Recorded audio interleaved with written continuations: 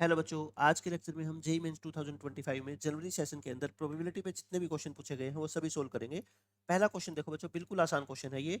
इसमें ये कहा गया आपसे कि एस उन सारे वर्ड्स का सेट है जो गार्डन के लेटर्स को बच्चों रीअरेंज करके बनाए जा सकते हैं। तो पहले तो आप मेरे को ये बताओ टोटल केसेस कितने होंगे, यानी कि टोटल वर्ड्स गार्डन में बच्चों 6 लेटर है और 6 के 6 अलग है, यानी कि 6 फैक्टोरियल 720 होंगे। अब आपको क्या निकालना है क्वेश्चन में, फ्रॉम द सेट एस। अब इस एस सेट में से मतलब एक वर्ड हमने सिलेक्ट किया, प्रोबेबिलिटी बताओ कि जो वर्ड हमने सिलेक्ट किया है उसके अंदर this word will not have vowels in alphabetical order. मतलब जो वर्ड हम सिलेक्ट करेंगे ना इन 720 में से, उस वर्ड में बच्चों जो वोवल है, वोवल कितने बताओ, इसमें ए और ई है ना, वो अल्फाबेटिकल ऑर्डर में नहीं आने चाहिए। अल्फाबेटिकल ऑर्डर का मतलब बच्चों क्या होता है कि पहले ए आता है अल्फाबेट के अंदर, फिर क्या आता है ई। मतलब पहले ए और फिर ई नहीं आना चाहिए, मतलब पहले ई आएगा और फिर क्या आएगा, ए आएगा। आप एक बात बताओ, जैसे मान लो एक वर्ड मैंने बना दिया गार्डन, तो गार्डन बच्चों वर्ड बनेगा जिसमें ए पहले आता है ई बाद में आता है। तो जी, ए की जगह मैं ई लिख दूं और ई की जगह क्या लिख दूं, ए लिख दूं। भाई ये वर्ड अगर बनेगा तो ये भी तो पक्का बनेगा ना। तो कहने का मतलब इन 720 में से आधे वर्ड ऐसे होंगे जिसमें ए पहले आएगा और आधे वर्ड ऐसे होंगे जिसमें ई पहले आएगा। ये तो कंफर्म है। तो उसमें से हमें कौन से चाहिए, हमें चाहिए बच्चों ये वाले जिसमें अल्फाबेटिकल ऑर्डर ना आए, मतलब कि ई पहले आए ए बाद में आए। तो ये ऐसे ऐसे कितने वर्ड होंगे बताओ, 360 होंगे ना। तो फेवरेबल केसेस कितने हो गए अपने, 720 का हाफ कर दो 360। और प्रोबेबिलिटी क्या होती है फिर, फेवरेबल अपॉन टोटल। मतलब कि इसको तो क्वेश्चन को सोल्व करने की जरूरत नहीं है। टोटल केसेज में से हाफ केसेज आपके काम के हैं, हाफ नहीं है, तो प्रोबेबिलिटी क्या आ गई, हाफ आ गई। या आप निकाल लो 360 और 720 में से ना, एक ही बात है। उसके बाद बच्चों ये क्वेश्चन देख लो, इसमें क्या कहा गया आपको, बैग वन के अंदर 6 व्हाइट और 4 ब्लू बॉल है। ये बेस थ्योरम का क्वेश्चन है, बिल्कुल आसान जो बेसिक क्वेश्चन होता है। 6 व्हाइट बॉल है और 4 क्या है बच्चों, ब्लू बॉल है। टोटल होगी 10 बॉल्स। बैग टू के अंदर 4 व्हाइट बॉल है और 6 ब्लू बॉल है, ये भी टोटल 10 बॉल होगी। और बैग थ्री के अंदर क्या होगा फिर, 5 व्हाइट होगी और 5 ब्लू बॉल होगी। तीनों बैग में टोटल 10 बॉल है। उनमें से एक बैग बच्चों हमने सिलेक्ट किया और एक बॉल निकाली। अगर बॉल कैसी आई, व्हाइट। बेस थ्योरम में तो यही तो होता है कि जो बॉल निकाली उसका कलर आपको गिवन होता है और प्रोबेबिलिटी पूछी जाती है कि वो कौन से बैग से आई है। हमें बताना है बैग टू से आई है। तो बताओ आप क्या करते हो, एक टेबल बनाते हो सिंपल, उसमें क्या लिखते हो आप, E1 E2 E3। E1 मतलब पहले बैग से आई, E2 मतलब दूसरे बैग से आई, E3 मतलब तीसरे बैग से आई। तो EI मतलब कि बैग सेलेक्ट करने की प्रोबेबिलिटी, तो तीनों बैग सेलेक्ट करने की प्रोबेबिलिटी तो बच्चों इक्वल है। और ए ओब्लिक ई आई का मतलब क्या होता है बताओ, कि जो बॉल आई है कैसी आई है, वाइट आई है ना। और कौन से बैग से आई है बच्चों, अगर फर्स्ट बैग से आई है तो फर्स्ट कॉलम में लिखो, फर्स्ट बैग से वाइट बॉल आने की प्रोबेबिलिटी बोलो 6/10, सेकंड से 4/10, थर्ड से 5/10, और फिर इन तीनों की क्या करते हैं, मल्टीप्लाई। ऐसे मल्टीप्लाई कर दो। डिनोमिनेटर आपको लिखने की जरूरत ही नहीं है क्योंकि सबका डिनोमिनेटर तो बच्चों क्या है, देखो सेम है ना। तो अपना आंसर क्या आ जाएगा बताओ, आपको निकालनी है सेकंड बैग से, मतलब कि इस बैग से। तो ये 4 को तो ऊपर रख दो और बच्चों 6 + 4 + 5 को नीचे लिख दो। 4/15 इस क्वेश्चन का क्या है, अपना आंसर हो जाएगा। बेस थ्योरम का बिल्कुल बेसिक क्वेश्चन है ये तो।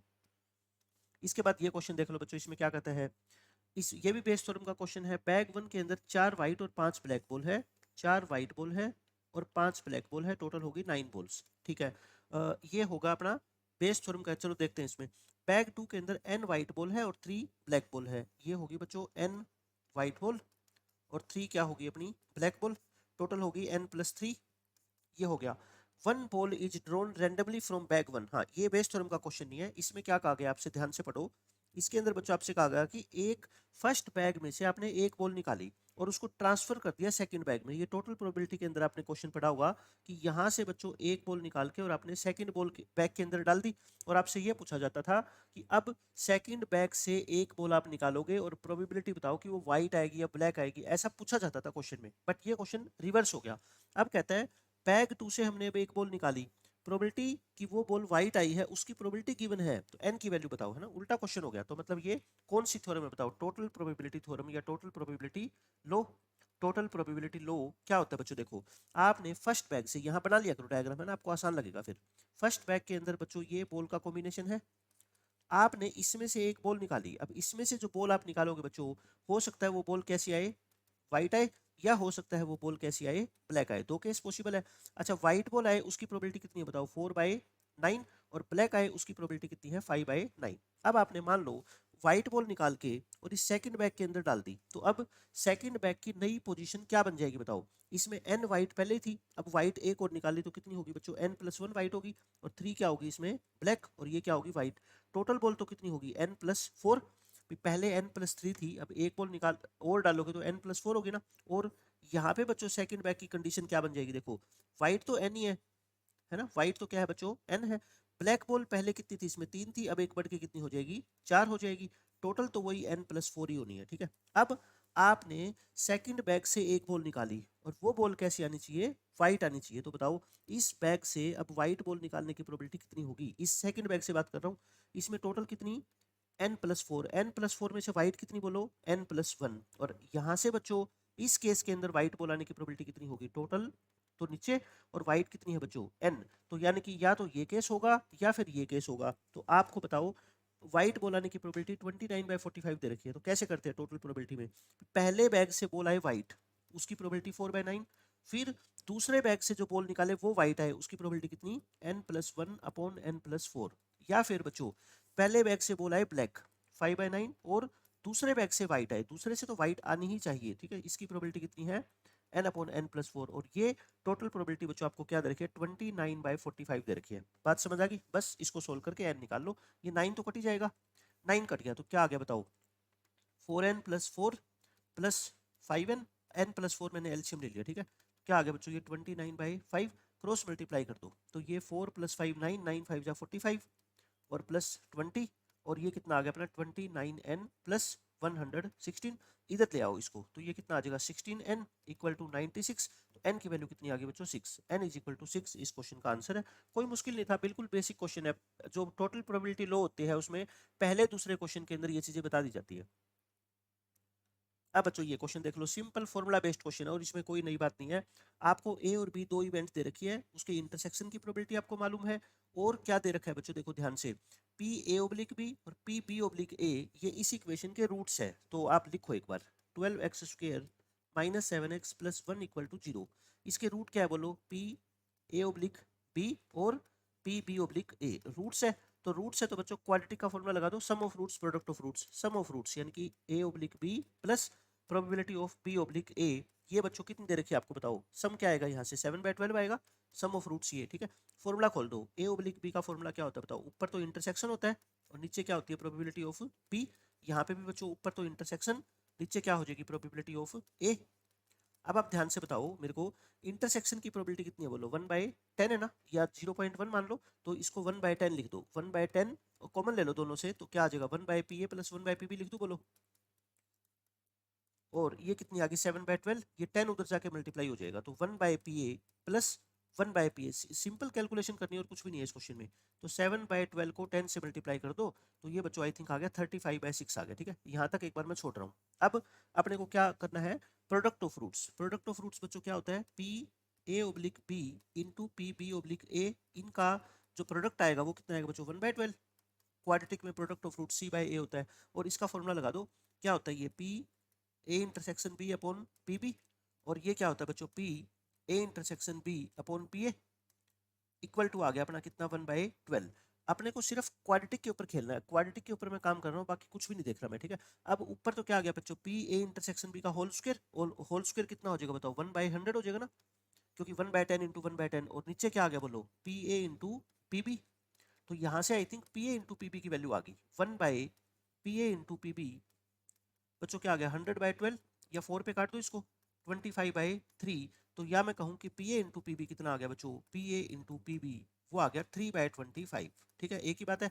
अब यहाँ से बच्चों आप इसके अंदर पुट कर दो, इसका एल्शियम लोगे जब क्या आएगा pa × pb आएगा, ऊपर क्या आएगा फिर pa + pb, pa + pb = आ गया बच्चों 35/6। नेक्स्ट पेज पे चलते हैं, देखो तो हम कहाँ पे पहुंच गए, pa + pb, pa just a minute, pa + pb upon pa × pb। देखो बच्चों pa × pb ये कितना है बताओ 3, ये 35/6 इंटू pa × pb कर दूं, यहाँ मल्टीप्लाई कर देता हूँ ना pa × pb की।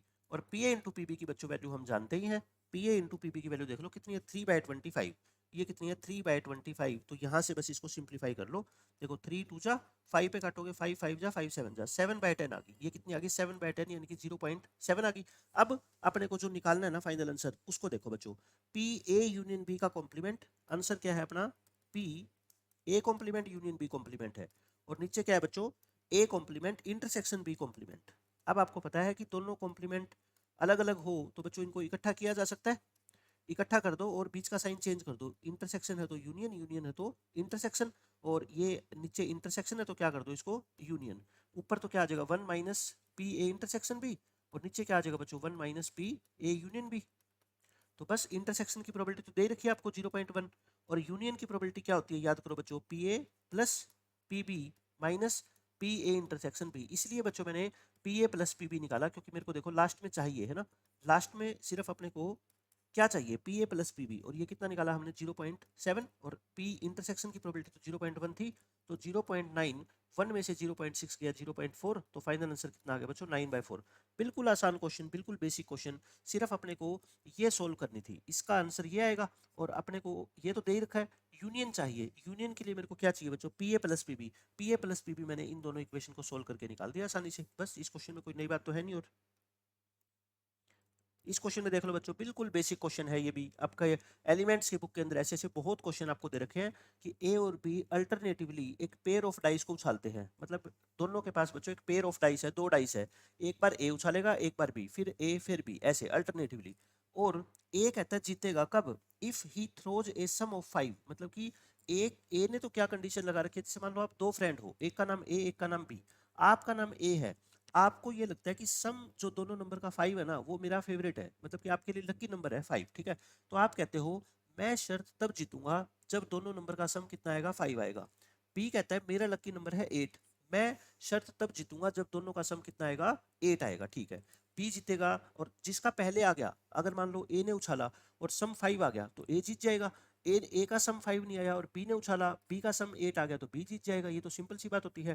प्रोबेबिलिटी बताओ कि ए विन करेगा गेम को, और ए स्टार्ट करता है, ए बच्चों गेम को स्टार्ट करता है और ए ही जीतेगा। स्टार्ट कौन करता है, ए स्टार्ट्स द गेम। तो एक बात बताओ बच्चों, ए गेम को स्टार्ट करेगा, मेरी बात ध्यान से सुनना, मैं पी ए को लिख रहा हूं कि ए गेट्स, पी ए क्या क्या मतलब है कि ए गेट्स सम 5 है ना, और सम 5 आने का जो फेवरेबल केस होते हैं बच्चों कितने होते हैं, 4 होते हैं ना, 4/36। और बी का मतलब बच्चों बी जीत जाएगा, मतलब बी क्या ले आएगा बच्चों, सम को 8 ले आएगा, सम 8, और सम 8 आने के कितने फेवरेबल केसेस होते हैं बच्चों, दो डाइस में 5 होते हैं ना, 5/36 मैं ये बोल रहा हूँ, ठीक है। अब आप ध्यान से सुनना मेरी बात, अपने को ए जिताना है, जीतना कौन चाहिए ए। तो क्या होगा आप सोचो, ए गेम को स्टार्ट करता है, हो सकता है बच्चों पहली बार ही जब ए थ्रो करेगा दो डाइस को तो पहली बार में ही उसका सम 5 आ जाए और वो गेम जीत जाए, मतलब कि पी ए का मतलब बच्चों पहली बार ए ने दो डाइस उछाले और गेम खत्म, वहीं पे गेम खत्म। या फिर या का मतलब प्लस, या फिर ए ने गेम ए थ्रो करेगा और वो जीता नहीं, यानी कि कॉम्प्लीमेंट, फिर बी ने उछाला बी भी नहीं जीतेगा, क्योंकि बच्चों अल्टीमेटली जिताना तो अपने को किसको है, ए को जिताना है, ठीक है। फिर ए की बारी आएगी तीसरे नंबर पे और ए जीत जाएगा, ये हो गया, समझ गए। अब आप समझ गए कि ये तो क्या चलेगा बच्चों, इनफाइनाइट टर्म तक चलेगा, क्योंकि हमें क्या पता कि कब जो है ना ए जीतेगा। तो बस प्रोबेबिलिटी ऑफ ए का फॉर्मूला रख दो, प्रोबेबिलिटी ऑफ ए की वैल्यू कितनी है 4/36, और ए कॉम्प्लीमेंट कितना हो जाएगा बताओ, 4/36 का मतलब क्या होता है 1/9, तो कॉम्प्लीमेंट कितना हो जाएगा 8/9, और बी का कॉम्प्लीमेंट बोलो कितना होगा 31/36, समझ रहे हो ना। और ए की प्रोबेबिलिटी कितनी है बच्चों 4/9 है, ए की प्रोबेबिलिटी कितनी है अपनी 4/36, 4/36 लिख देता हूँ मैं, है ना। ए के जीतने की प्रोबेबिलिटी कितनी है 4/36, और बी के जीतने की प्रोबेबिलिटी कितनी है बच्चों 5/36 है। तो अब आप मेरे को बताओ कि ए या तो पहली बार में जीत जाएगा या दूसरी बार में जीतेगा या तीसरी बार में, ऐसे। तो दूसरी बार में जीतेगा मतलब क्या कि पहले ए ने उछाला उसका नहीं आया सम ऑफ 5, मतलब 4/36 का कॉम्प्लीमेंट ले लो 8/9 हो जाएगा। फिर बी का भी नहीं आएगा बच्चों सम 8, मतलब 31/36, फिर ए ने उछाला और आ जाएगा, तो ये बच्चों इनफाइनाइट जीपी बन गई, ठीक है। और इनफाइनाइट जीपी में सम का फॉर्मूला क्या होता है a/1 माइनस आर, ए का मतलब फर्स्ट टर्म, ये फर्स्ट टर्म है। कॉमन रेशियो कितना है बोलो, कॉमन रेशियो बचाओ, कॉमन रेशियो ये वाला है ना, ये टर्म कॉमन रेशियो है भाई, इसमें क्या एक्स्ट्रा मल्टीप्लाई हो रखी है, ये टर्म मल्टीप्लाई हो रखी है ना कॉमन रेशियो में। तो ये कितना है बताओ 8/9 इंटू 31/36, ये बच्चों अपना क्या आ गया कॉमन रेशियो आ गया। एक मिनट में इसको थोड़ा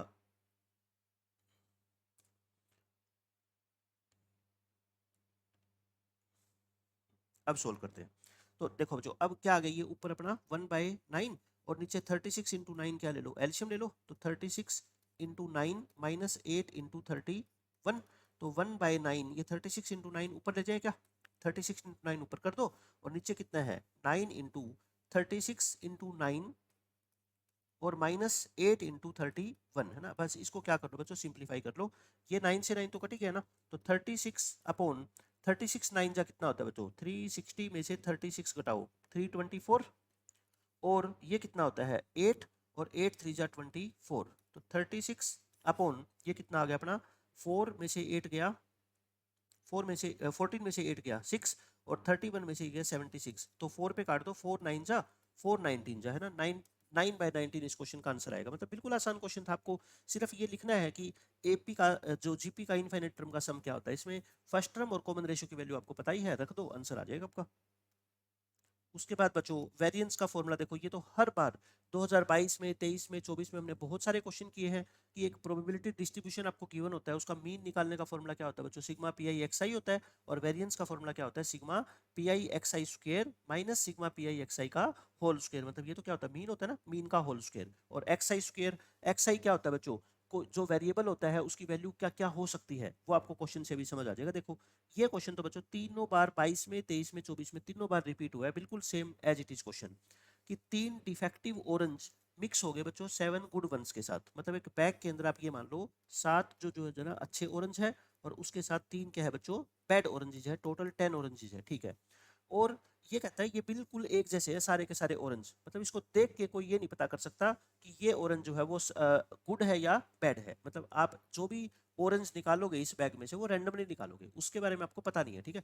आपने कितने ऑरेंज निकाले, 2, और एक्स क्या डिनोट करता है बच्चों, नंबर ऑफ डिफेक्टिव ऑरेंजेस। तो एक्स क्या डिनोट करता है बच्चों, नंबर ऑफ डिफेक्टिव ऑरेंजेस को। तो आप ये बताओ मेरे को कि x की वैल्यू क्या क्या हो सकती है भाई। जो 2 आप ऑरेंज निकालोगे, या तो उसमें से एक भी डिफेक्टिव नहीं आएगा, मतलब सारे के सारे अच्छे आएंगे, या बच्चों एक डिफेक्टिव आएगा, या बच्चों दोनों के दोनों डिफेक्टिव आ जाएंगे। 3 तो नहीं लिखोगे ना, कई बच्चे 3 लिख देते हैं गलती से भी, 3 कैसे लिख सकते हैं, आपने ऑरेंज ही 2 निकाले हैं, तो डिफेक्टिव क्या हो सकते हैं, ज्यादा से ज्यादा 2 ही हो सकते हैं ना, 0 1 या फिर 2। मतलब कि x can take the values 0 1 और 2, और आपको वेरिएंस बताना है बच्चों किसका, x का। तो बस अब तो क्वेश्चन खत्म। अब क्या टेबल बना लो आप। टेबल कैसे बनाते हो, देखो यहाँ पे एक्स आई लिखते हो, एक्स आई मतलब एक्स की वैल्यू क्या हो सकती है, 0 1 और 2, और यहाँ पे उसकी क्या लिखते हो, प्रोबेबिलिटी लिखते हो। प्रोबेबिलिटी लिखो, बताओ 0 ऑरेंज यानी कि नंबर ऑफ डिफेक्टिव ऑरेंज 0 आए, डिफेक्टिव 0 आएगा, ये बताओ 2 ऑरेंज निकाले हैं, टोटल केसेस तो बच्चों कितने होंगे, टोटल केसेस तो हर बार मैं पहले लिख देता हूँ, 10 में से अगर आप 2 ऑरेंज निकालते हो 10 C2 यानी कि 45 आएगा, ठीक है। नीचे तो 45 लिख दें कैलकुलेशन आसान बनाने के लिए। ऊपर बच्चों डिफेक्टिव ऑरेंज 0 आएंगे, तो मतलब दोनों के दोनों क्या आएंगे, गुड आएंगे, दोनों के दोनों क्या आएंगे, गुड, यानी कि 7C2। 7C2 कितना होता है बच्चों, 21, 21/45 आ गई। अच्छा अब नीचे तो 45 आएगा है ना, 10 में से 2 ऑरेंज निकाले। अब डिफेक्टिव कितना आएगा, एक, अगर डिफेक्टिव एक आएगा तो बच्चों एक क्या आएगा, गुड, यानी कि एक तो आएगा 7 में से और एक आएगा 3 में से, तो ये भी कितना आ गया बच्चों 21/45 आ गया। फिर दोनों के दोनों डिफेक्टिव आएंगे, दोनों डिफेक्टिव आने का मतलब बच्चों दोनों ऑरेंजेस किस में से आएंगे, इन 3 में से आएंगे, 3C2 यानी कि 3/45। बताओ इतनी बात समझ आ गई क्या, चाहो तो आप इसको 3 पे कैंसिल कर सकते हो, तो 7/15, ये 7/15, और ये बच्चों आ गया 1/15। तो अब बच्चों क्या निकाल लो, पी आई एक्स आई निकाल लो। पी आई एक्स आई करना, 0 आएगी पहले तो, 7/15 की 1 से करोगे 7/15, और 1/15 की बच्चों 2 से करोगे तो कितना आ जाएगा, 2/15 आ जाएगा। और इनको क्या कर लो, ऐड कर लो, क्योंकि अपने को सिग्मा पी आई एक्स आई चाहिए होता है ना। तो 7 + 2 9, 9/15 ये आ गया अपना है ना, 9/15 लिख दो, या इसको 3/5 लिख दो। अच्छा अब अपने को क्या चाहिए बच्चों, P i x i square, यानी कि पहले एक्स आई का स्क्वायर निकालो। एक्स आई क्या है बच्चों 0 1 2, इसका स्क्वायर करोगे 0 1 4 आ जाएगा। फिर क्या कर लो, इसकी p i x i square की मल्टीप्लाई कर लो, p i x i square की मल्टीप्लाई, मतलब कि इसकी और इस कॉलम की दोनों की मल्टीप्लाई करो, तो ये तो 0 ही आएगा पहले तो, ये 7/15 आ जाएगा, और ये बच्चों 4/15 आ जाएगा, तो ये टोटल कितना आ गया, 11/15 आ गया। इनका ये क्या आ गया, सम आ गया, sigma p i x i square. सब कुछ हमने निकाल दिया, अब बस क्या कर दो, वेरिएंस का फॉर्मूला लिख दो। वेरिएंस क्या होता है बच्चों, sigma p i x i square minus sigma p i x i का होल स्क्वायर। तो ये तो कितना है अपना 11/15 आ गया ना, और सिग्मा पी आई एक्स आई कितना आया था देख लो, 3/5, 3/5 का होल स्क्वायर, इसको कर लो सिंप्लीफाई, 11/15 माइनस 9/25, एलसीएम ले लो 75, ये कितना आ गया 5 11 जा 55, और 3 9 जा 27, तो ये अपना कितना आ जाएगा 28, 28/75 इस क्वेश्चन का आंसर आ जाएगा। आसान सा क्वेश्चन था ये तो। उसके बाद बच्चों देखो ये बहुत इंपॉर्टेंट कॉन्सेप्ट है बच्चों, हर टीचर मैट्रिक्स के चैप्टर जब भी पढ़ाएगा ना तो ये क्वेश्चन तो ये कॉन्सेप्ट तो जरूर लिखवाएगा कि तो 2x2 ऑर्डर की मैट्रिक्स है और उसकी हर एक एंट्री बच्चों या तो क्या है 0 है या क्या है 1 है, मतलब कि ऐसे 2x2 की मैट्रिक्स है, यहाँ पे लिखने के कितने चांस है 2, या तो 0 लिखोगे या 1, यहाँ पे भी बच्चों 2 चांस है, यहाँ पे भी 2, तो टोटल मैट्रिक्स कितनी बनेगी आपकी 2 इंटू 2 इंटू 2 इंटू 2 यानी कि 16, टोटल 16 मैट्रिक्स बनती है। अब उन 16 मैट्रिक्स के बारे में आपको सब कुछ पता होना चाहिए कि पेपर में कैसे कैसे क्वेश्चन पूछे जाते हैं बच्चों। इन जो ये मैट्रिक्स बनेगी 16, इनका जो डिटर्मिनेंट आएगा वो या तो क्या आएगा 0 या क्या आएगा 1 या क्या आएगा -1। 0 कब आएगा, जैसे मान लो ये देखो ये 0 आएगा ना इसका डिटर्मिनेंट, 1 कब आएगा जब ये तो दोनों 1 1 हो और यहाँ पे बच्चों क्या हो, या तो 0 1 लिख दो या 1 0 लिख दो या 0 0 लिख दो, इसका डिटर्मिनेंट 1 आ जाएगा। -1 कब आएगा, जब यहाँ तो 1 1 हो, यहाँ मान लो 0 0 हो, तो बच्चों 0 -1 आ गया। तो तीन ही तरह के डिटर्मिनेंट पॉसिबल है बच्चों, या तो 1 या 0 या फिर -1। अब 0 कितने केस में आता है, 0 बच्चों याद रख लो हमेशा, डिटर्मिनेंट 0 इन 16 मैट्रिक्स में से ऐसी कितनी मैट्रिक्स है जिसका डिटर्मिनेंट 0 आएगा, कितनी मैट्रिक्स होती है बच्चों 10 मैट्रिक्स होती है, 0 कितनी होती है 10, और एक जिसका डिटर्मिनेंट 1 आएगा वो कितनी मैट्रिक्स होती है 3, और जिसका -1 आएगा वो भी कितनी होती है 3, टोटल मिला के कितनी होगी 16। अब अगर पेपर में निकालना पड़ जाए तो बच्चों आप निकाल सकते हो बट टाइम बहुत लगेगा, ठीक है, ये पहले ही आपको सब कुछ याद होना चाहिए। डिटर्मिनेंट ऑफ ए को बच्चों मान लो आप A B C D matrix है ना, इसका डिटर्मिनेंट 0 आना चाहिए, मतलब ये चीजें इक्वल आनी चाहिए, तो ये चीज इक्वल आनी चाहिए, तो ये या तो ए और डी की मल्टीप्लाई बच्चों क्या होगी 1 या क्या होगी 0, क्योंकि एलिमेंट कितने हैं 0 और 1 है, तो 1 तो तभी पॉसिबल हो सकती है जब सारे एलिमेंट क्या हो बच्चों 1 1 हो, तो ये तो ए की मैट्रिक्स होगी, ठीक है। 0 देखो ये भी 0 होना चाहिए ये भी 0 होना चाहिए, तो इसका मतलब ए और डी की मल्टीप्लाई 0 कब होगी बताओ, या तो दोनों 0 हो या कोई एक 0 हो, है ना, 1 0 या 0 1, तीन चॉइस इसके लिए, तीन चॉइस बच्चों इसके लिए, 3 गुना 3 9 चॉइस ये होगी, तो 9 मैट्रिक्स यहाँ से बनेगी, एक मैट्रिक्स यहाँ से बनेगी, टोटल बच्चों 10 मैट्रिक्स बनेगी जिसके अंदर उसका डिटर्मिनेंट क्या आएगा 0 आएगा। मैं आपको बना के दिखा देता हूँ, देखो एक बार ये मैंने लिख दी सारी, बट ये लिखी कैसे मैं आपको तरीका बताता हूँ। मेरे को डिटर्मिनेंट क्या चाहिए बच्चों 0 चाहिए, ठीक है, और दूसरा केस क्या है, या तो ए डी 0 हो और पीसी भी क्या होना चाहिए बच्चों 0 होना चाहिए। आप एक बात बताओ, ए डी को 0 लेना है मैंने, मतलब कि यहाँ पे और यहाँ पे इन दोनों एलिमेंट की प्रोडक्ट मेरे को क्या चाहिए बच्चों 0, वो 0 कब आ सकती है बताओ, या मैं एक बार ले रहा हूँ दोनों को 0, मैं एक बार क्या ले रहा हूँ बच्चों दोनों को 0 ले रहा हूँ, ठीक है, इन दोनों को मैंने 0 ले ली, ठीक है, इनकी प्रोडक्ट 0 आ गई। अब बच्चों पीसी को भी 0 लेना है अपने को, तो या तो ये दोनों 0 हो या एक 1 हो जाए एक 0, या ये 0 हो जाए ये 1, बताओ ये तीन मैट्रिक्स पॉसिबल है ना, कब, जब बच्चों ए डी की प्रोडक्ट 0 लाने के लिए आपने ए और डी दोनों को क्या लिया है 0 लिया है, देखो इन दोनों को क्या लिया 0। अब इन दोनों की प्रोडक्ट अगर आपको 0 लानी है, इन दोनों को 0 लेना जरूरत थोड़ी है, इनको 0 और 1 ले लो, समझ गए, और फिर नेक्स्ट केस में बच्चों 1 और 0 ले लेना, आप समझ गए। अब 3 यहाँ से बनेगी 3 यहाँ से, टोटल कितनी मैट्रिक्स बन गई है 9, 9 और एक पहले थी 1 1 1 1 वाली, टोटल 10 मैट्रिक्स बन गई। उसके बाद बच्चों तीन मैट्रिक्स ऐसी होगी जिसका डिटर्मिनेंट क्या होगा 1। एक बात बताओ, डिटर्मिनेंट अगर आपको बच्चों 1 लेके आना है मैट्रिक्स का, तो यहाँ पे तो 1 1 होने चाहिए, क्योंकि अगर एक भी यहाँ पे 0 आ गई तो फिर डिटर्मिनेंट 1 नहीं आ पाएगा, और यहाँ पे फिर बच्चों इन दोनों की मल्टीप्लाई क्या आनी चाहिए 0। अब 0 कैसे आ सकती है, या तो दोनों 0 हो या बच्चों एक 1 हो जाए और एक क्या हो जाए 0 हो जाए, तो इन तीन मैट्रिक्स का डिटर्मिनेंट क्या आएगा 1, और इन तीन मैट्रिक्स का डिटर्मिनेंट कितना आएगा -1। ये सारी बातें अपनी नोटबुक में लिख लो, बहुत ज्यादा जरूरी है इस 2x2 ऑर्डर की मैट्रिक्स के लिए। अब जैसे देखो ये क्वेश्चन है, आपको एक मैट्रिक्स ए दे रखी है 2x2 ऑर्डर की, जिसकी हर एक एंट्री क्या होगी 0 और 1, तो टोटल मैट्रिसेस बता दो कितनी होगी, टोटल केसेस 16 हो गए ना, 2 की पावर 4 16। अब क्वेश्चन में क्या कहा गया बच्चों, ई कोई इवेंट है कि ए मैट्रिक्स कैसी है इन्वर्टिबल है, मतलब ई इवेंट कैसी है कि ए इन्वर्टिबल है, मतलब उसका डिटरमिनेंट क्या होगा बच्चों नॉन जीरो, क्योंकि इन्वर्टिबल मैट्रिक्स का मतलब क्या होता है जिसका इनवर्स एग्जिस्ट करता है, ठीक है। तो ई की प्रोबेबिलिटी बताओ, तो आप मेरे को बता दो ई के फेवर में केस कितने होंगे, नंबर ऑफ फेवरेबल केसेस, ऐसी कितनी मैट्रिक्स होती है जिसका डिटरमिनेंट नॉन जीरो होता है, मतलब टोटल 16 में से 10 का तो क्या होता है जीरो होता है, तो 6 मैट्रिक्स ऐसी बच गई जिसका डिटरमिनेंट नॉन जीरो होता है। तो आंसर क्या आ गया अपना बता दो 6/16 यानी कि 3/8। कितनी आसानी से देखो हमने क्वेश्चन को सोल्व कर लिया। उसके बाद बच्चों ये क्वेश्चन देखो सेम उसी पैटर्न के ऊपर बेस्ड क्वेश्चन है, ये भी कोई ए 2x2 ऑर्डर की मैट्रिक्स है, हर एक एंट्री बच्चों क्या है इसकी 0 और 1 है, तो x क्या है अब की बार, अब ये बाइनोमियल डिस्ट्रीब्यूशन प्रोबेबिलिटी डिस्ट्रीब्यूशन का क्वेश्चन आ गया। ये x जो वेरिएबल है बच्चों वो क्या डिनोट करता है, the possible values of the determinant of A, मतलब कि x जो है वो क्या है, डिटर्मिनेंट ऑफ a की सारी पॉसिबल वैल्यूज है, ठीक है। तो इसका मतलब x क्या क्या हो सकता है, मैंने बताया था क्या क्या हो सकता है उसका डिटर्मिनेंट बताओ, या तो 0 होगा या 1 होगा या फिर बच्चों क्या होगा, -1 होगा, समझ गए। और आपको वेरिएंस निकालना है, फिर वही वेरिएंस निकालना है तो टेबल बनाएंगे। ये यहाँ क्या लिख लो बच्चों, एक्स आई लिख लो। एक्स की वैल्यू क्या क्या हो सकती है बताओ, एक्स क्या है, डिटर्मिनेंट की वैल्यू, और डिटर्मिनेंट की वैल्यू या तो 0 होती है या 1 होती है या फिर -1 होती है। तो अब आप मेरे को बता दो बच्चों प्रोबेबिलिटी क्या होगी, 0। डिटर्मिनेंट की वैल्यू 0 होती है तो टोटल 16 मैट्रिक्स में से ऐसी कितनी मैट्रिक्स होती है जिसकी डिटर्मिनेंट कितना होता है, 0 होता है, 10 मैट्रिक्स होती है ना। 1 वाली कितनी होती है बच्चों, 3 होती है, और -1 वाली भी कितनी होती है, 3 होती है। देखो आसानी से क्वेश्चन सोल्व हो गया। अब तो आगे बच्चों वही पैटर्न, आप क्या निकालो पहले, पी आई इंटू एक्स आई निकाल लो, क्योंकि वेरिएंस चाहिए ना अपने को। तो ये तो 0 होगा, ये 3/16, ये -3/16, इनका सम निकालोगे तो ये तो 0 ही आ गया ना। तो मीन, अगर आपसे मीन पूछा जाता तो आंसर क्या आ गया, 0। वेरिएंस पूछा गया तो बच्चों एक्स आई स्क्वायर निकाल लो, 0 1 1, और अब क्या कर लो लास्ट में p i into x i square कर लो, p i x i square मतलब कि फिर से इनकी मल्टीप्लाई, तो 0 आएगा। 1 से करोगे 3/16 और 1 से करोगे 3/16, यानी कि इनका टोटल कितना आ गया बच्चों, 6/16, 6/16 यानी कि 3/8। तो वेरिएंस निकालने का फॉर्मूला फिर से, ये 3/8 है और ये 0 है बच्चों, तो 3/8 इस क्वेश्चन का आंसर आ गया। तो देख लो इस एक पैटर्न के ऊपर आपके 2 शिफ्ट के अंदर अलग अलग शिफ्ट में क्वेश्चन पूछे गए हैं। 29 जनवरी सेकंड शिफ्ट, और ये बच्चों क्या है आपका 24 जनवरी शिफ्ट 2 का क्वेश्चन है ना। अब इस क्वेश्चन में देख लो आप, इसमें क्या कहा गया है आपसे कि एक क्वाइन को 3 बार उछाला गया है, 3 बार उछाला गया है। तो बच्चों पहले टोटल केसेस लिख दो, बाकी बातें बाद में करेंगे। टोटल केसेस 8 केसेस होते हैं ना। कौन कौन से होते हैं बच्चों, मैं कैसे सिखाता हूँ, पहले तीनों हेड हेड से स्टार्ट कर दो। पहले के ऊपर हमेशा क्या आएगा, यहाँ पे हेड आएगा, ठीक है। अब एक हेड को कम कर दो, टेल लिख दो, दो हेड को कम कर दो, अल्टरनेटिव लिख दो, head tail head, head tail और हेड लिख दो, है ना।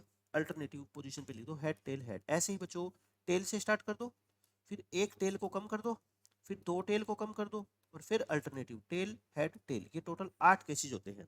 अब क्वेश्चन में क्या कहा गया देखो, लेट एक्स डिनोट, देखो अब की बार फिर से ये वेरिएंस वाला क्वेश्चन है। अब की बार एक्स क्या डिनोट करेगा, number of times a tail follows a head. बच्चों इस लाइन का क्या मतलब है, a tail follows a head, मतलब टेल फॉलो करेगा किसको, हेड को। टेल फॉलो करेगा हेड को, तो आपको इंग्लिश भी आनी चाहिए इतनी, तो मतलब कि हेड पहले आएगा, टेल उसके बाद आएगा। फॉलो करने का मतलब क्या होता है बच्चों, उसके पीछे पीछे चलना। जैसे आप अपने दोस्त को फॉलो कर रहे हो तो आपका दोस्त आगे चलेगा, पहले आपका दोस्त चलेगा फिर आप चलोगे, है ना। मतलब कि क्या इसका मतलब है, हेड के बाद, हेड के बाद ही टेल आएगा, ठीक है। ये मतलब है इसका, हेड के बाद क्या आएगा, टेल आएगा। तो मैं टेबल बनाता हूँ, एक्स की वैल्यू क्या क्या हो सकती है देखो। यहाँ पे तो मैं लिख देता हूँ बच्चों ये सारे के सारे टोटल केसेस, मैं सारे टोटल केसेस लिख रहा हूँ यहाँ पे। कौन कौन से देखो, हेड हेड हेड, फिर है बच्चों हेड हेड टेल, फिर हेड टेल टेल, और हेड टेल हेड, और फिर टेल से स्टार्ट होने वाले चारों केसेस लिख देता हूँ मैं, tail tail head, tail head head, और टेल हेड टेल। ये हो गए। अब ध्यान से सुना बच्चों, एक्सआई क्या है, एक्सआई है कि जितनी बार इस, मान लो ये वाला केस हम काउंट कर रहे हैं, ये वाला केस, इस केस में कितनी बार ऐसा हुआ है कि टेल ने हेड को फॉलो किया है। मतलब पहले हेड आया है और फिर क्या है बच्चों, टेल आया है। समझ रहे हो आप मेरी बात, बताओ पहले केस में टेल तो है ही नहीं, मतलब ऐसा आप कह ही नहीं सकते कि टेल आया है हेड के बाद, बच्चों आया ही नहीं कहीं टेल। तो एक्स आई की वैल्यू क्या होगी, 0। इस 0 लिखने का मतलब मेरा क्या है कि इस केस के अंदर ऐसा कितनी बार हुआ है जहां पे हेड के बाद टेल आया है, नहीं हुआ ना कभी भी। यहाँ पे बताओ बच्चों कितनी बार हुआ है, एक बार। ये हेड है और हेड के बाद क्या है बच्चों, टेल है, एक बार हुआ है। यहाँ पे बताओ, अब यहाँ पे बच्चे कंफ्यूज हो गए, देखो हेड के बाद बच्चों टेल आया है तो एक बार हुआ है, ये मत कहना कि सर हेड के बाद 2 बार टेल आया है, नहीं बच्चों। टेल जो है ना वो हेड के बाद आना चाहिए। तो ये जो सेकंड वाला टेल है ये हेड के बाद का आया है, ये तो टेल के बाद आया है ना। आप मेरी बात समझ रहे हो भाई, ये जो सेकंड वाला टेल है ये हेड के बाद नहीं आया, ये तो टेल के बाद आया है, ठीक है। तो हेड के बाद टेल तो सिर्फ कितनी बार आया है, एक ही बार आया ना। यहाँ पे भी बच्चों बताओ, टेल जो है वो हेड के बाद एक ही बार आया है। यहाँ पे बच्चों आया, यहाँ पे 0 क्यों, टेल हेड के बाद आना चाहिए, बच्चे इसमें तो हेड ही नहीं है। यहाँ पे भी बच्चों नहीं है ना, देखो हेड नहीं, टेल हेड के बाद आना चाहिए। यहाँ पे तो कोई केस ऐसा है ही नहीं कि जिसमें पहले एच हो और फिर क्या हो, टेल हो। यहाँ बोलना टेल हेड के बाद आया, बच्चों है ही नहीं कहीं पे भी। यहाँ पे बोलो टेल हेड के बाद आया, बिल्कुल है, देखो ये एक केस। तो ये मैंने क्या निकाल दी बच्चों, वैल्यू निकाल दी एक्स आई। अब तो बच्चों आपका क्वेश्चन खत्म। पी आई, पी आई का मतलब प्रोबेबिलिटी, बताओ प्रोबेबिलिटी, इस केस की प्रोबेबिलिटी कितनी होती है बच्चों, 1/8। भाई 8 केस है, हर एक की प्रोबेबिलिटी कितनी होती है, 1/8 होती है ना। 1/8 सबकी प्रोबेबिलिटी तो क्या है, 1/8 है। 1/8 1/8 लिख दो हर जगह। और अब वेरिएंस का फॉर्मूला आप सब जानते ही हो, पहले क्या निकालते हैं, पी आई एक्स आई निकालते हैं। पी आई एक्स आई करोगे तो क्या आएगा, 0। ये इन दोनों की मल्टीप्लाई 1/8, इनकी मल्टीप्लाई बच्चों 1/8, इनकी मल्टीप्लाई 1/8 और इनकी 0 0 0, लास्ट में फिर से क्या आ जाएगा 1/8। तो सिग्मा पी आई एक्स आई बच्चों कितना आ गया, 1/8 कितनी बार है, 4 बार है ना, 4/8 यानी कि हाफ। तो ये तो आ गया अपना sigma p i x i square, sigma p i x i. अब एक्स आई का क्या निकालो, स्क्वायर निकालो। एक्स आई का स्क्वायर बच्चों ये रहा 0। अच्छा देखो क्या आएगा, स्क्वायर करो या ये करो सेम ही आएगा, क्योंकि 1 का स्क्वायर 1 होता है, 0 का स्क्वायर क्या होता है बच्चों, 0 होता है, तो लिखने की कोई जरूरत ही नहीं थी। अब इसकी मल्टीप्लाई पी आई से करोगे तो बच्चों वही नहीं आएगी क्या, मेरे को बताओ।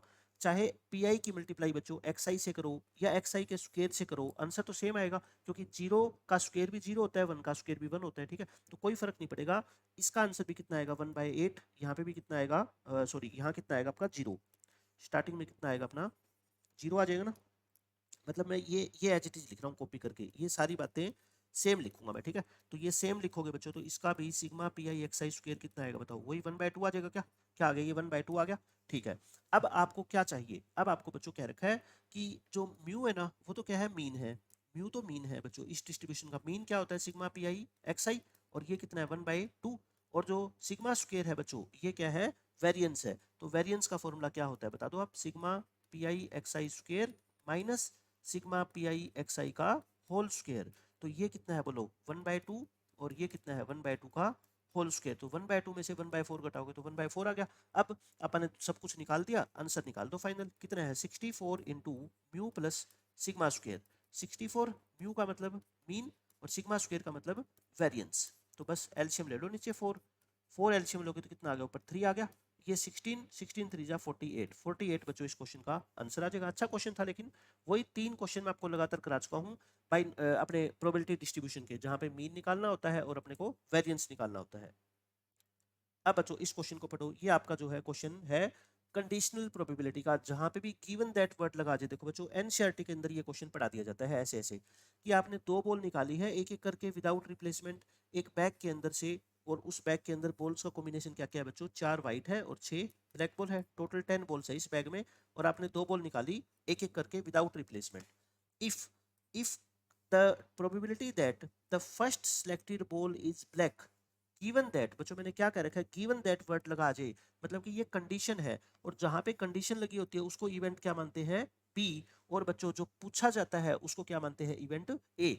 If the probability that the first ball is black, तो इसको ए मान लो, और जो कंडीशन हो ऑलरेडी हो चुकी है उसको क्या मान लो, बी मान लो। उसकी प्रोबेबिलिटी अपने को निकालनी है। आप ये मत सोचो कि ये m/n दे रखे, नहीं, आप इसको 12th क्लास के बोर्ड का क्वेश्चन मान के चलो कि आपको ये प्रोबेबिलिटी निकालनी है कि फर्स्ट बॉल कैसी होनी चाहिए, ब्लैक, और गिवन क्या है आपको कि सेकंड बॉल भी क्या है बच्चों, ब्लैक है। तो ए इवेंट किसको मानते थे बताओ, फर्स्ट बॉल इज ब्लैक, और बी इवेंट किसको मानते थे हम, सेकंड इज ब्लैक, यही मानते थे ना, सेकंड इज ब्लैक। और फिर मैंने आपको बता रखा है ना कि आंसर क्या होता है अपना, लास्ट में आंसर कंडीशनल प्रोबेबिलिटी में ए और बी मानने के बाद आंसर क्या होता है, P A oblique B, A conditional B. इसका फॉर्मूला क्या होता है बच्चों, ऊपर इंटरसेक्शन और नीचे प्रोबेबिलिटी ऑफ बी। अब बताओ इंटरसेक्शन, इंटरसेक्शन का मतलब क्या होता है कि ए और बी दोनों एक साथ होने चाहिए, ए और बी।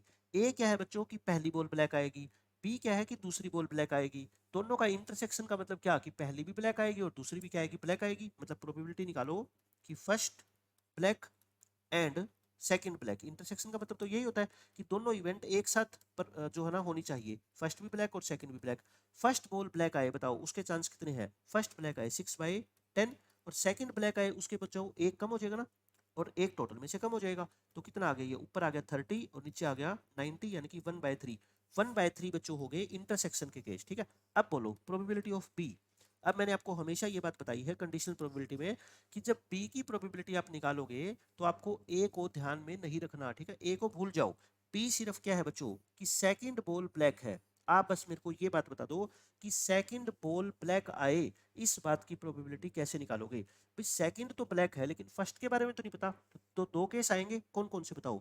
फर्स्ट तो कुछ भी आ सकती है, फर्स्ट क्या आ सकती है बच्चों, व्हाइट, लेकिन सेकंड तो क्या आएगी, ब्लैक ही आएगी, एंड सेकंड इज ब्लैक। मतलब मैं ये प्रोबेबिलिटी निकालना आपको सिखा रहा हूँ कि सेकंड बॉल ब्लैक आए, तो सेकंड ब्लैक आएगी तो फर्स्ट तो व्हाइट भी आ सकती है, या फर्स्ट क्या आ सकती है बच्चों, ब्लैक भी आ सकती है। First is black and second is black, समझ गए, सेकंड इज ब्लैक, तो अब इसकी प्रोबेबिलिटी निकाल लो। देखो फर्स्ट बॉल वाइट आए बोलो 4/10 और सेकंड ब्लैक आए, तो ब्लैक तो 6 है लेकिन टोटल तो एक कम हो गया ना, और दोनों ब्लैक आए तो अभी हमने निकाली है ना ऊपर से बच्चों, दोनों ब्लैक आए तो दोबारा लिख दो चाहे कि पहली भी ब्लैक आए और दूसरी भी क्या है बच्चों ब्लैक आए, है ना। ये 10/9 तो 90 एलसीएम ले लो, तो ये कितना आ गया 24 + 30 यानी कि 54/90, इसको 6 पे काट दो, 6 पे या 18 पे काट दो, 3/5 आ गया है ना, 18 पे काट दिया मैंने, तो अपना फाइनल आंसर क्या आ गया बताओ। ऊपर तो प्रोबेबिलिटी ऑफ इंटरसेक्शन की यानी कि 1/3 और इसको डिवाइड करोगे किससे 3/5 से, तो 1/3 इंटू 5/3 आंसर आ गया बच्चों 5/9। तो सिर्फ ये क्या है कंडीशनल प्रोबेबिलिटी का क्वेश्चन है। अब आपको इसकी प्रोबेबिलिटी क्या दे रखी है m/n, और m और n का जो जीसीडी है एचसीएफ है वो कितना है 1 है। देखो ये लोएस्ट टर्म में है ना, तो आपको m + n की वैल्यू निकालनी है। 5 + 9 कितना आ गया बच्चों 14, इस क्वेश्चन का आंसर आ गया। बिल्कुल बेसिक क्वेश्चन था। फाइनली अगर मैं कहूँ आपको तो ये निकालना है ना आपको कि ऊपर तो इंटरसेक्शन, इंटरसेक्शन का मतलब क्या बच्चों कि पहली बॉल भी ब्लैक आए और दूसरी बॉल भी ब्लैक आए, नीचे सेकंड बॉल ब्लैक आए, सेकंड बॉल ब्लैक आए तो मतलब बच्चों सेकंड तो ब्लैक होनी चाहिए, पहली वाइट भी हो सकती है और पहली ब्लैक भी हो सकती है। मतलब कि कुल मिला के समराइज में करूँ इस क्वेश्चन को तो बस ये क्वेश्चन इतना सा बनता है ना। ये तो मैंने सारी चीजें आपको समझाने के लिए लिखी है, पेपर के अंदर मैं लिखूंगा तो इसको इतना लिख के और बस PBB का मतलब क्या पहली ब्लैक दूसरी ब्लैक लिख दूंगा मैं 10th क्लास के बच्चे की तरह, आंसर अपना सोल्व हो जाएगा क्वेश्चन। अब बच्चों ये देखो ये बहुत अच्छा क्वेश्चन है, इसमें मिस्टेक कहाँ पे होती है मैं आपको वो बताऊंगा। एक डाइस के ऊपर क्या है देखो दो डाइस है, लेकिन ये नॉर्मल डाइस नहीं है कि 1 2 3 4 5 6 लिखा हुआ है। इस डाइस के ऊपर क्या क्या है देखो बच्चों ध्यान से, इस पहले डाइस पे दो फेस के ऊपर तो लिखा हुआ है 1, दो फेस पे तो 1 लिख दो, दो पे लिखा हुआ है 2, एक पे लिखा हुआ है 3 और एक पे लिखा हुआ है 4, मतलब ये है बच्चों पहला डाइस डाई 1। अब ऐसे ही बच्चों टाइप 2 को बना लो। सेकंड डाइस जो है वो भी स्पेशल टाइप का है, ये कैसे कैसे है ये देखते हैं हम। इस पे बच्चों क्या है another die has one face marked 1, एक पे 1 लिखा हुआ है, टू फेसेस के ऊपर 2 लिखा हुआ है लिख दो, और बच्चों टू फेसेस पे 3 लिखा हुआ है और एक फेस पे कितना लिखा हुआ है 4 लिखा हुआ है, ठीक है। Probability the probability of getting the sum of the numbers to be 4 और 5, यानी कि दो डाइस को हमने उछाला, या तो सम कितना आ जाए बच्चों 4 या सम कितना आ जाए 5, सम कितना होना चाहिए बताओ, सम इज 4 और 5। आप ये बताओ अगर ये नॉर्मल डाइस होते बच्चों और फिर आपको कहता कि सम 4 या 5 आ जाए तो आप कैसे करते, मैं आपको एक अगले पेज पे लेके चलता हूँ। नॉर्मल डाइस का ये क्वेश्चन होता है ना, दोनों के दोनों डाइस क्या है बच्चों नॉर्मल है, और मैं कहता आपको बताओ मेरे को सम 4 आए या फिर क्या है 5 आए, तो फिर आपके चांस क्या होते बताओ। 4 के फेवर में कितने केस होते हैं 3, यानी कि 1 1 1 3 3 1 2 2, और 5 के फेवर में कितने केस होते हैं 4, तो 3 + 4 7/36 आप कह देते सर 7/36 इस क्वेश्चन का आंसर हो जाता, ठीक है। बट ये आया कैसे मैं आपको बताता हूँ, देखो बच्चों इस चीज को समझो ध्यान से। सम 4 कब आता है आप ये बताओ, सम 4 के फेवर में कितने केस होते हैं, या तो 2 2 या बच्चों 1 3 या फिर 3 1, यही होते हैं ना। और सम 5 आए इसके फेवर में कौन कौन से केस होते हैं 1 4 4 1 और 3 2 2 3, ये चार केस होते हैं। आप है ना चीजों को समझो, देखो रटोगे मैथ में तो ये क्वेश्चन सोल्व नहीं होगा। ये जो आंसर आता है 7/36 ये आता कैसे मैं आपको बताता हूँ। सम 4 आए उसके फेवर में ये 3 केस, सम 5 आए उसके फेवर में ये 4 केस। अब बच्चों इसका क्या मतलब होता है कि 2 2 आए, 2 2 आए, देखो 36 में से ऐसे कितने केस होते हैं जो ये 2 2 होता है, सिर्फ एक होता है ना, वो एक कैसे होता है मैं आपको बताता हूँ। पहले डाई के ऊपर 2 आना चाहिए, दूसरे डाइस पे 2 आना चाहिए, पहले डाई पे 2 आना चाहिए, उसकी प्रोबेबिलिटी क्या होती है बताओ 1/6, और दूसरे डाइस पे 2 आए उसकी प्रोबेबिलिटी भी कितनी होती है 1/6, मतलब इस अकेले केस की प्रोबेबिलिटी बच्चों कितनी होती है 1/36 होती है। क्यों, क्योंकि 36 में से बच्चों ये एक ही तो केस होता है, समझ गए। ऐसे ही सेम ये पहले डाई के ऊपर 1 आए प्रोबेबिलिटी 1/6, दूसरे पे 3 आए इसकी प्रोबेबिलिटी भी 1/6, क्योंकि 3 तो एक ही बार होता है, तो इसकी प्रोबेबिलिटी भी 1/6 1/36।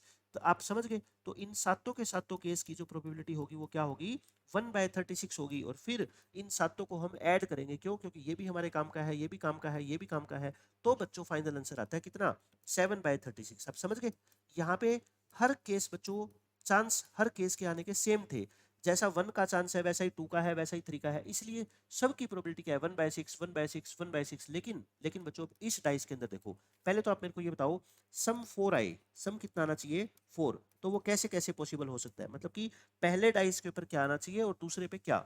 पहले पे अगर मान लो 1 आ गया तो दूसरे पे क्या आना चाहिए बच्चों 3 आना चाहिए, क्योंकि 1 3 का सम ही 4 होएगा, जैसे हमने यहाँ पे नहीं लिखा पहले पे 1 आ गया तो दूसरे पे क्या आना चाहिए 3, ऐसे मैं यहाँ पे लिख रहा हूँ। अब बोलो 1 3 हो सकता है, पहले पे 2 आ गया तो दूसरे पे क्या आएगा फिर 2 ही आएगा, 2 2 सम 4 लेके आना, ठीक है। या पहले पे 3 आ गया तो दूसरे पे क्या आएगा बच्चों 1 आएगा, ठीक है। ये 3 केस हो सकते हैं 4 के फेवर में।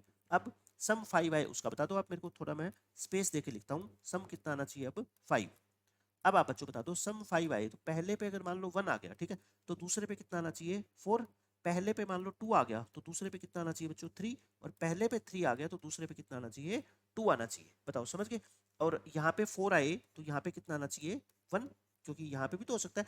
केस तो वही है जो पहले थे, केस तो बिल्कुल सेम वही बने हैं, लेकिन प्रोबेबिलिटी बच्चों चेंज होगी। अब कैसे होगी देखो, वहां मैंने आपको लिखा था कि पहले डाई के ऊपर 1 आए उसकी प्रोबेबिलिटी 1/6 होती है, दूसरे पे 3 आए उसकी प्रोबेबिलिटी भी 1/6 होती है। बट यहाँ पे बच्चों ऐसा नहीं है, क्योंकि यहाँ पे डाइस नॉर्मल नहीं है। आप ही मेरे को बता दो, अगर मैं आपसे इतनी बात पूछता हूँ कि आपने पहला डाई उछाला और उस पर 1 लेके आना है, तो आपकी प्रोबेबिलिटी क्या होगी बताओ, 1/6 होगी या उससे अलग होगी। आप कहोगे सर 1 दो जगह लिखा हुआ है तो प्रोबेबिलिटी 2/6 होगी 1 लेके आने की, न कि 1/6, क्योंकि दो ये फेस ले आओ या ये फेस ले आओ आप शर्त जीत जाओगे। तो 1 लाने की प्रोबेबिलिटी कितनी होती है बच्चों 2/6 होती है। और दूसरे डाइस पे 3 लाने की प्रोबेबिलिटी 3 कितनी बार है 2 बार है 2/6। तो देखो वहां पे 1/6 था, बट यहाँ पे बच्चों कितना है 2/6 और 2/6 है, ध्यान रखिएगा।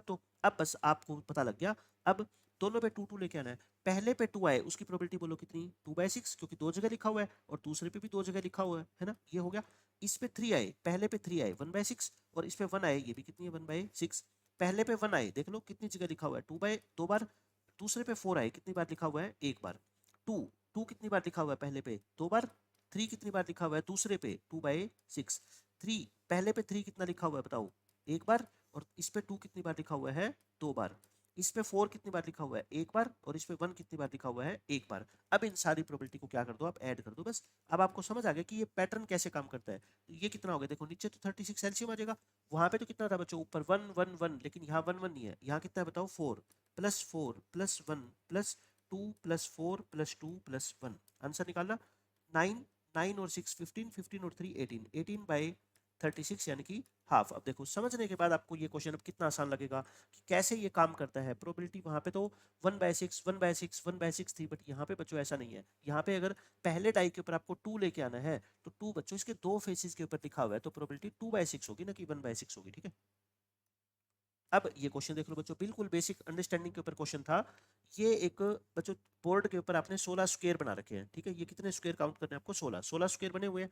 उनमें से बच्चों आपने 2 स्क्वायर चूज किए 16 में से 2। पहले तो आप ये बताओ 16 में से 2 अगर स्क्वायर आपको चूज करने हैं तो फिर टोटल केसेस कितने होंगे 16C2 होंगे ना।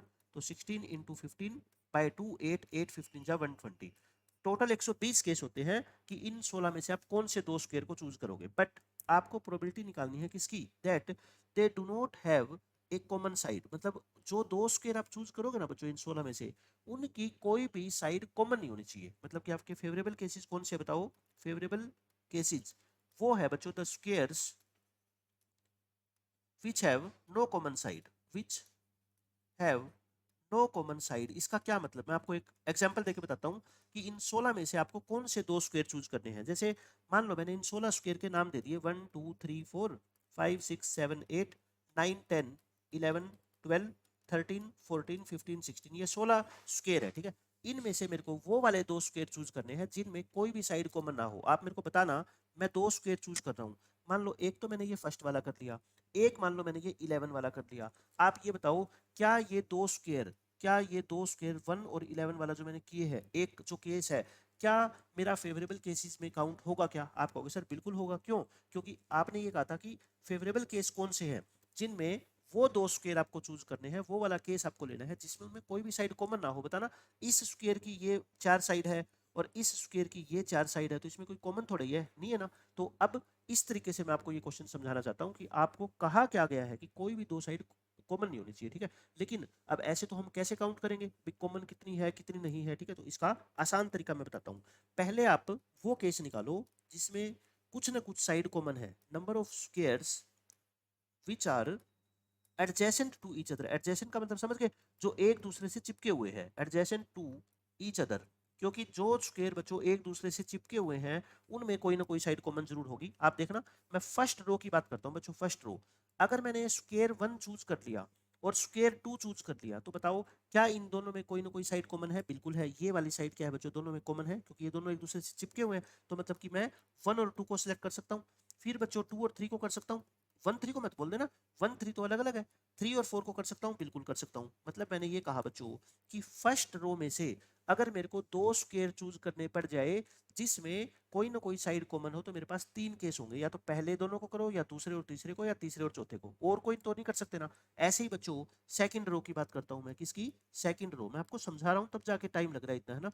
ये है बच्चों फर्स्ट रो। सेकंड रो में अब आप समझ गए 5 6 7 8, इसमें भी तो 3 केस होंगे। कौन से? 5 6 6 7 7 8, तो इसमें भी कितने केस हो गए? 3। इसमें भी कितने केस हुए थे? 3। अब आप बताओ थर्ड रो के अंदर फिर कितने केस होंगे? 3 ही होंगे। और फोर्थ रो के अंदर बच्चों कितने केस होंगे? 3 होंगे। लेकिन ये तो रो वाइज देखा है, अब कॉलम वाइज देखो। 1 2 3 4 5 6 7 8 9 10 11 12 13 14 15 16। अब बताओ बच्चों फर्स्ट कॉलम को देखो। फर्स्ट कॉलम में से अगर मैं कोई 2 स्क्वायर चूज करूं तो क्या आपको लगता है कि 1 5 में कॉमन है, 5 9 में कॉमन है, 9 13 में कॉमन है? मतलब कि फर्स्ट कॉलम से 2 स्क्वायर चूज करना जिसमें कोई ना कोई साइड कॉमन हो, कितने केस हो सकते हैं? 3। ऐसे ही बच्चों समझ गए आप, सेकंड में 3, ऐसे थर्ड में 3, ऐसे फोर्थ में 3। तो ये सारे बच्चों 3 3 6 12 12 केसेस तो ये, और 12 केसेस बच्चों ये, टोटल केसेस कितने हो गए? 24। इन 24 केसेस में बच्चों जो भी आपने 2 स्क्वायर चूज किए हैं उसमें एक साइड कॉमन होगी, बट आपको वो साइड नहीं चाहिए। तो फिर फेवरेबल केसेस कितने हो गए आप खुद बता दो। टोटल में से, टोटल कितने थे? 120, उसमें से ये 24 हटाओगे, कितना आ गया? 96। तो प्रोबेबिलिटी कितनी आ गई? Favourable upon total. 24 पे काट दो, 4/5, 4/5 इस क्वेश्चन का आंसर आ गया। ठीक है, बिल्कुल आसान तरीके से मैंने आपको एक्सप्लेन करके बता दिया ये क्वेश्चन 4/5 क्यों आया। अब एक बच्चे ने दिमाग ऐसे लगाया कि सर आपने ये ऐसे स्क्वायर चूज किए, आपने ये वाले क्यों नहीं किए कि एक ये वाला पूरा, ये भी तो स्क्वायर है, ये भी स्क्वायर है, और ये भी स्क्वायर है ना, ऐसे वाले क्यों नहीं चूज किए? बच्चों आपको जो स्क्वायर दे रखे ना वो 16 स्क्वायर, वो ये छोटे वाले हैं। सिर्फ इसने ये नहीं कहा कि उसकी साइड की लेंथ कितनी भी हो सकती है, ये 1/1 के स्क्वायर है, मतलब 1 सेंटीमीटर लेंथ है और 1 सेंटीमीटर क्या इसकी विड्थ है। समझ रहे हो आप मेरी बात? दो दो वाले या तीन तीन वाले नहीं है, ये रीजनिंग का क्वेश्चन नहीं है, ये मैथ का क्वेश्चन है। सिर्फ आपको ये एक बॉक्स को ही बच्चों एक स्क्वायर काउंट करना है, तो ये 2 वाले 3 वाले आपको काउंट नहीं करने। उसके बाद बच्चों ये क्वेश्चन देखो, लास्ट क्वेश्चन है प्रोबेबिलिटी का, बहुत अच्छा क्वेश्चन है। इसमें मैं आपको ये बताता हूँ कि आयटा की पावर कैसे बिहेव करती है। आप सब बच्चों को पता है पहले से, आयटा की पावर 1 क्या होती है बच्चों? आयटा होती है। और आयटा की पावर 2 -1, आयटा की पावर 3 माइनस आयटा, और आयटा की पावर 4 बच्चों 1 होती है। एक बात बताओ, अगर इससे ज्यादा मैं आयटा की पावर लूंगा तो वो रिपीट होनी स्टार्ट नहीं हो जाएगी? जैसे मैंने आयटा की पावर 5 ली, तो फिर से वो क्या होएगा बच्चों? आयटा की पावर 4 इंटू आयटा, यानी कि आयटा हो जाएगा। आयटा की पावर 6 लूंगा तो बच्चों आयटा स्क्वायर हो जाएगा, यानी कि -1 हो जाएगा। मेरे कहने का मतलब है, अगर आपको ये चेक करना हो कि आयटा की अलग अलग पावर लेने से क्या क्या आंसर आएंगे, तो आपको सिर्फ 4 ही पावर लेनी है, या तो 1 या 2 या 3 या 4। क्यों? क्योंकि उससे आगे बच्चों पावर लोगे तो फिर वापस से आंसर रिपीट होने स्टार्ट हो जाएंगे। ठीक है, कितनी पावर ले सकते हो आप? सिर्फ 4। 4 कह लो या 4 का मल्टीपल कह लो, आप 4 ही मान लो उसको, कि 4 4 ही हम ले सकते हैं, या तो 1 या 2 या 3 या 4, क्योंकि ये 4 पावर ही आपको अलग अलग आंसर प्रोवाइड करेगी। आगे जाके बच्चों वैल्यू रिपीट होनी स्टार्ट हो जाएगी। अब क्वेश्चन पढ़ो ध्यान से। दो नेचुरल नंबर है K1 और K2, वो नेचुरल नंबर के सेट में से चूज किए हैं। मतलब K1 K2 क्या है? नेचुरल नंबर है, इतनी सी बात है। प्रोबेबिलिटी बताओ कि इसकी वैल्यू बच्चों नॉन जीरो होगी, यानी कि मैं इसको एक बार y मान लेता हूँ। y क्या है? i की पावर K1, आयटा की पावर K1, और आयटा की पावर कितनी है बच्चों? K2। आपको कहता है ऐसे K1 और K2 चूज करो कि जिससे इस पूरी y की वैल्यू क्या आ जाए बच्चों? जीरो ना आए, नॉन जीरो आ जाए। तो आप मेरे को ये बता दो टोटल केसेस, पहले तो टोटल केसेस की बात करेंगे ना, प्रोबेबिलिटी निकालनी है। टोटल केसेस बताओ बच्चों, K1 को चूज करने के आपके पास कितने चांस है? मतलब कि मैं आपको ये बोल रहा हूँ कि K1 की वैल्यू आप क्या क्या चूज करोगे, या तो 0 या 1, सॉरी 0 नहीं, नेचुरल नंबर है ना, या तो 1 या 2 या 3 या फिर 4, है ना। 5 मत करना, क्यों? 5 करोगे तो बच्चों वापस से रिपीट हो जाएगी, क्योंकि K1 क्या है बच्चों? आयटा की पावर है। तो टोटल केसेस, K1 को सिलेक्ट करने के टोटल कितनी चॉइस है? 4। K2 को सिलेक्ट करने की टोटल कितनी चॉइस है? 4। तो टोटल केसेस कितने हो गए? 16। मतलब मैं ये कह रहा हूँ कि K1 K2 के पेयर बना लो। ठीक है, पेयर, दोनों की वैल्यू या तो 1 1 या 1 2 या 1 3, है ना, जैसे क्रॉस प्रोडक्ट करते हैं 1 4।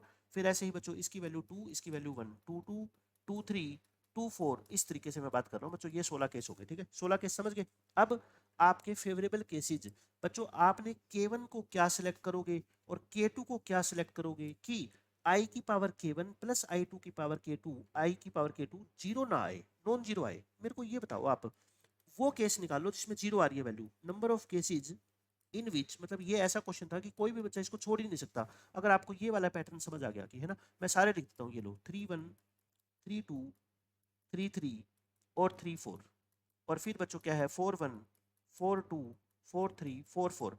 आप k1 और k2 की इन 16 वैल्यू में से बच्चों कोई भी एक पेयर सिलेक्ट कर सकते हो, इसलिए ये 16 केस आए, ठीक है।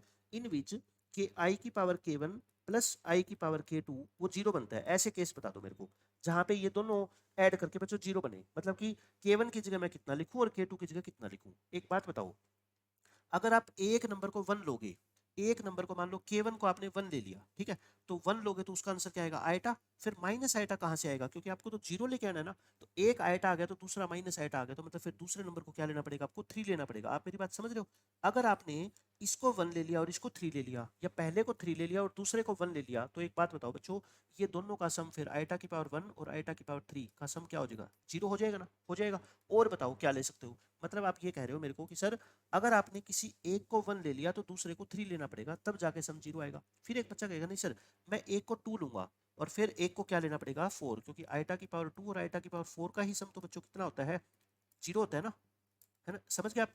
यानी कि या तो वन और थ्री में से कोई लोगे या टू और फोर में से कोई लोगे, तो आप मेरे को बता दो कौन कौन से पेयर ऐसे हैं जहां पे फिर ये जीरो बन जाएगा। या तो वन थ्री का पेयर, यानी कि वन थ्री के साथ क्या ले लो फिर थ्री वन ले लो, समझ गए ऐसे। और फिर बच्चों क्या ले लो फोर टू का या टू फोर का, बस यही तो बात आपको समझाना चाहता हूँ भाई। या तो दोनों पावर को, एक को वन और एक को थ्री लो, या एक को टू और एक को फोर लो, तब जाके बच्चों सम क्या आएगा, जीरो आएगा। लेकिन हमें जीरो नहीं चाहिए, ये तो चार केस वो है जिसमें जीरो आएगा। तो अपने फेवरेबल केसेस के आगे बता दो आप मेरे को। टोटल 16 केस थे, इन 16 में से ये चार हटा दो, 12 केस हो गए, तो प्रोबेबिलिटी कितनी आ गई बच्चों 12/16, यानी कि 3/4। बताओ इससे आसान मेथड इस क्वेश्चन को एक्सप्लेन करने का क्या आप लोगे। भाई आपको मैंने ये कह दिया कि इन 16 पेयर है, आप पुट कर करके देख लो हर एक वैल्यू को, लेकिन पुट थोड़े करके देखेंगे, अपनी अंडरस्टैंडिंग बढ़ाओ। मतलब क्या है कि अगर आपने k1 को 1 ले लिया तो k2 को बच्चों आपको 3 लेना पड़ेगा, तभी तो आई की पावर k1 प्लस आई की पावर k2 का सम जीरो आएगा ना। ऐसे ही बच्चों अगर एक को 3 ले लिया तो दूसरे को क्या लेना पड़ेगा 1, 1 3 भी ले सकते हो, 3 1 भी ले सकते हो। ऐसे ही एक को आपने 2 ले लिया तो दूसरे को बच्चों 4 लेना पड़ेगा, क्योंकि इनका दोनों का सम क्या होता है जीरो होता है ना। बाकी तो किन्हीं दो का पेयर बना ही नहीं सकते। आप ये नहीं कह सकते कि सर एक को 1 और एक को 4 ले लो, फिर तो इनका सम जीरो नहीं आएगा ना। तो वो तो फेवरेबल केसेस में काउंट होंगे कि एक को 1 ले लो और एक को 4 ले लो, क्योंकि दोनों का सम फिर क्या आएगा बच्चों नॉन जीरो आएगा, और वही अपने को चाहिए। तो इसका आंसर क्या आ जाएगा बच्चों 3/4। तो ये प्रोबेबिलिटी के अपने जितने भी क्वेश्चन थे बच्चों जनवरी सेशन के, हमने सारे के सारे अच्छे तरीके से सोल्व कर दिए। नेक्स्ट टॉपिक बच्चों हमारा होगा कॉम्प्लेक्स नंबर, और कॉम्प्लेक्स नंबर का बेसिक्स अगर बच्चों आपको स्ट्रॉन्ग करना है तो फिर मैं कहता हूँ एटलीस्ट 23 और 24 के सारे क्वेश्चन आप सोल्व करके देख लो।